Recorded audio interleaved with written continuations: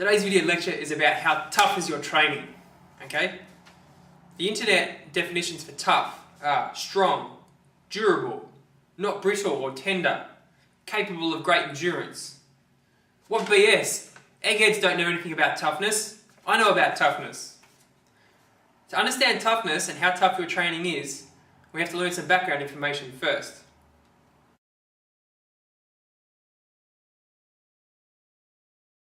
Intense exercise creates stress, okay? Just as getting yelled at by your boss or your mum, okay? Breaking your leg, drinking too much alcohol, all those sorts of damaging things, well, exercise has the same effect, alright? Anything you overdo creates stress on your body. Now, you need a little bit of stress. This is a good thing, right? A bit of stress encourages your muscles to grow, hardens your bones, all that stuff they tell you about on TV. But you think about this. If you picture every contestant on The Biggest Loser, okay, their bodies are already under huge amounts of stress. They got emotional stress, they cry every episode. They got physical stress because they're covered in fat. They've got mental stress because they think they're, worthless people. You can tell by the looks on their faces. Okay? And they've got spiritual challenges because it's very difficult to take responsibility that you did that to yourself. Okay? These people are under a huge amount of stress.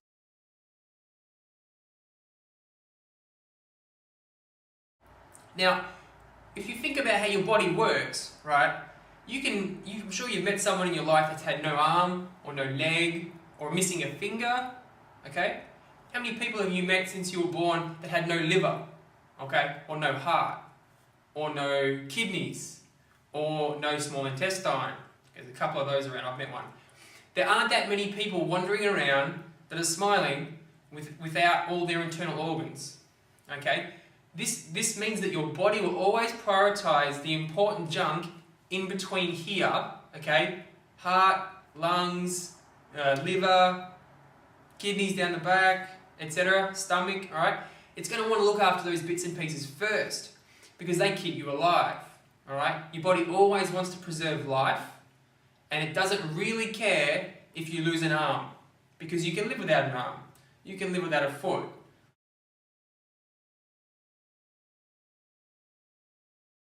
So just in the same way that an alcoholic, if they over-abuse alcohol, alright, will overload their liver and therefore cause cirrhosis or some sort of shutdown of that system, if you over-exercise, your body is unable to provide enough nutrition and enough minerals and enzymes to keep those internal organs healthy because it shunts it all out to the muscles, okay? The muscles are working really hard, it knows it has to do that, and your body thinks that you're under some sort of really unique, high-intense stress. Like, for example, if you were in the military and you were fighting a war and you were in a battle zone and it lasted 6 days, all right, you really don't want to fall asleep and take a break or put your feet up and relax in that time because you might get your butt shot off.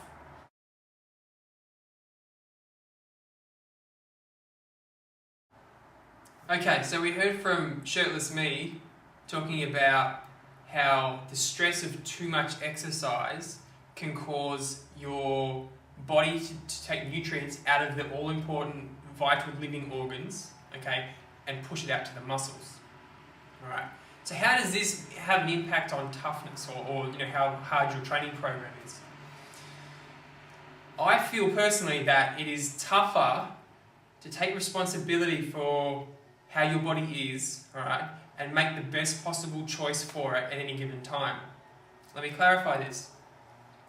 If you get up in the morning, or if you've got a scheduled session planned to go to the gym, right, your daily body pump or your daily, run or whatever, and you get up and you don't feel as energetic as you could, okay, or you're not as excited about it, or you're just doing it because you feel like if you don't do it, you'll gain a kilo, and therefore you won't fit into the societal mold of what a person should look like. If that's the case, then that session, okay, is basically doing that detrimental effect to your internal organs. It's hurting the interior living vital part of your body, just so that you can, hopefully lose an extra little bit of body fat around your waist.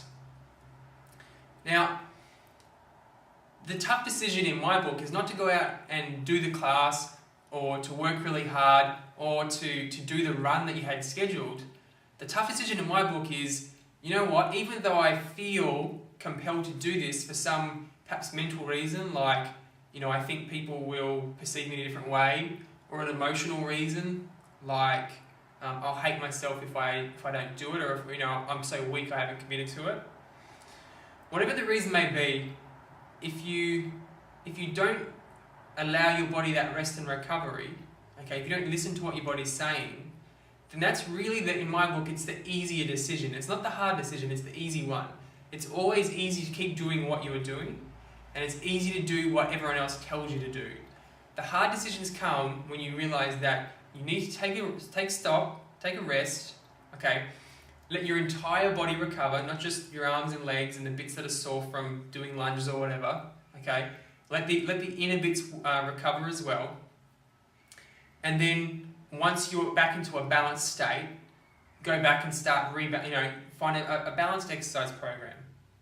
So as an example, I meet a lot of people who train at the same intensity each and every single day. They do it 5 days a week or 6 days a week. They always train hard, all right?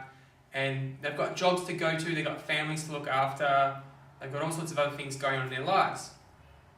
Now, even as a small or an easy guide, for every 1 to 2 weeks of high intensity training, you really should take a week where you do it very, very easy. So if week 1 you're working at 60% and week 2 you're working at 80 to 100%, in the third week of your training, you should drop your intensity right back to like 50%. Make it a lot easier, okay? Keep the movement going, so you pump the muscles and you pump blood and you get circulation going, all right? And when you do this, your body gets a chance to recover, all right? And what recovery actually, recovery is healing, okay? So weight loss is actually healing. And if you give your body the rest it needs, all right, it no longer thinks that it's in an intense survival period, and it'll allow you to drop all your defensive coverings. All right, so body fat tends to be a way to protect yourself in times of, say, famine or drought, etc. So give yourself the rest, recover from each workout, all right, and make the tough choice. If something hurts, it's probably a sign that you shouldn't go hard and train. If you're really, really tired, it's probably a sign that you need to do some recovery balancing exercises, like Tai Chi or yoga or Qigong, rather than a hard gym session. Alright? Keep those in mind, and I'll see you next time.